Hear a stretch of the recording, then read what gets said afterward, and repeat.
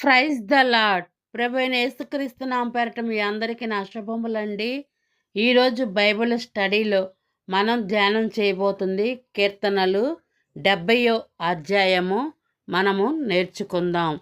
దేవా, నన్ను విడిపించుటకు త్వరగా రమ్ము. యెహోవా, నాకు సహాయమునకు త్వరగా రమ్ము. నా ప్రాణము తీయగోరువారు సిగ్గుపడి అవమానమొందుదురుగాక. నాకు కీడు చెయ్యుగోరువారు వెనకకు మళ్లింపబడి సిగ్గునొందుదురుగాక. ఆహా, ఆహా అని పలుకువారు తమకు కలిగిన అవమానము చూసి విస్మయమొందుదురుగాక. నిన్ను వెతుకువారందరూ నిన్ను గూర్చి ఉత్సహించి సంతోషించుదురుగాక.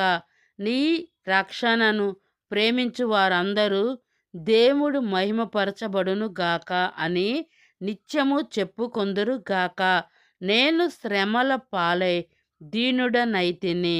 దేవా, నన్ను రక్షించుటకు త్వరపడి రమ్ము. నాకు సహాయము నీవే, నా రక్షణకర్తవు నీవే. యెహోవా, ఆలస్యము చెయ్యకుమి అని ఇక్కడ దావీదు పలుకుతూ ఉన్నట్లు చూస్తున్నాం. ఏంటంటే, దేవా, నన్ను త్వరగా నువ్వు వచ్చి నీవు నాకు సహాయం చేయ్యా.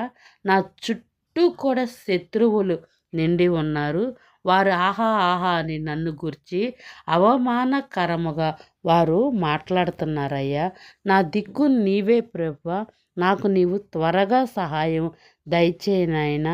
నాకు కీడు చేయగోరు వారు వెనకకు మళ్లింపబడి సిగ్గు ఇవ్వయ్యా వారికి అని కూడా ఇక్కడ దావీదు మొర్ర పెడుతూ ఉన్నాడు.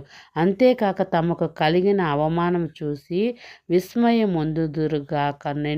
నిన్ను వెతుకు వారందరూ నిన్ను గూర్చి ఉత్సాహించి సంతోషించుదురుగాక అని ఇక్కడ చెప్తూ ఉన్నాడు. అవును కదా, నన్ను వెతుకువారు నన్ను కనుగొందురు అని దేవుని వాక్యము సెలవిస్తున్న రీతిగా నిత్యము కూడా మనము ప్రార్థన ద్వారా ఆయన్ని వెతుకుతూ మనం ఉండాలన్నమాట.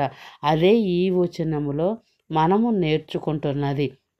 అంతేకాకుండా మనము కీర్తనలు పాడి ఆయనను మహిమపరచాలని కూడా ఇక్కడ తెలియచేస్తూ ఉంది. దేవుణ్ణి మహిమపరచబడును గాక అని నిత్యము చెప్పుకుందురుగాక. అంతే కదా, మనము పాడే పాటల్లో మనము స్తుతించే స్తుతులపైన ఆయనైతే ఆస్యుడై ఉన్నాడనమాట.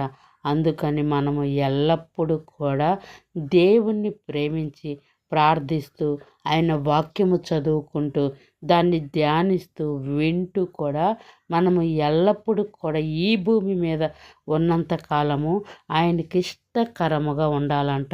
నేను శ్రమల పాలై దీనులనైతిని.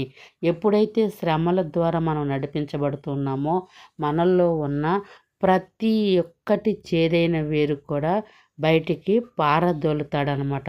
అందుకని భక్తులు చెప్తున్నారు, శ్రమ పొంది ఉండుట నాకు మేలాయేను అని కూడా తెలియచేస్తూ ఉంది. దేవా, నన్ను రక్షించుటకు త్వరగా నువ్వు రాయ్యా. నాకు సహాయం నీవే, నా రక్షణ కర్తవు నీవే అయ్యా.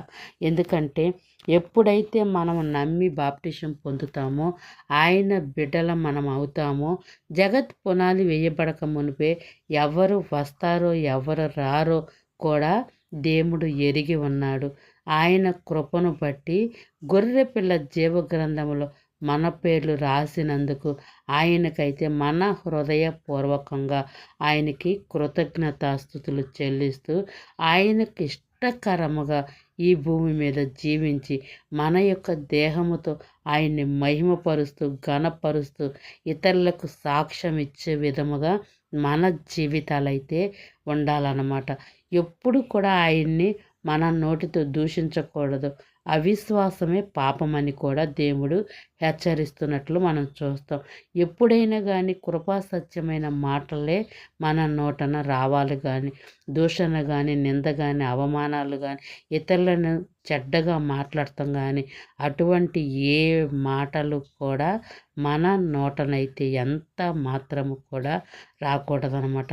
పిల్లలు, ఈ వచనాలు దాని భావము మీరు గ్రహించారా? దేవుడు ఏ విధముగా ఉండమంటున్నారో మీరు తెలుసుకున్నారా? గాడ్ బ్లెస్ యూ పిల్లలు. All of you. God bless you.